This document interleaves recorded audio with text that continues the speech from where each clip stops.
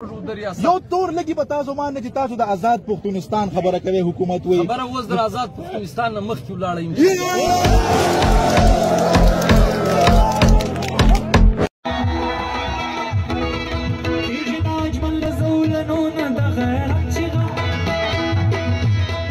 فکر د پښتون دور کوي نوې شبا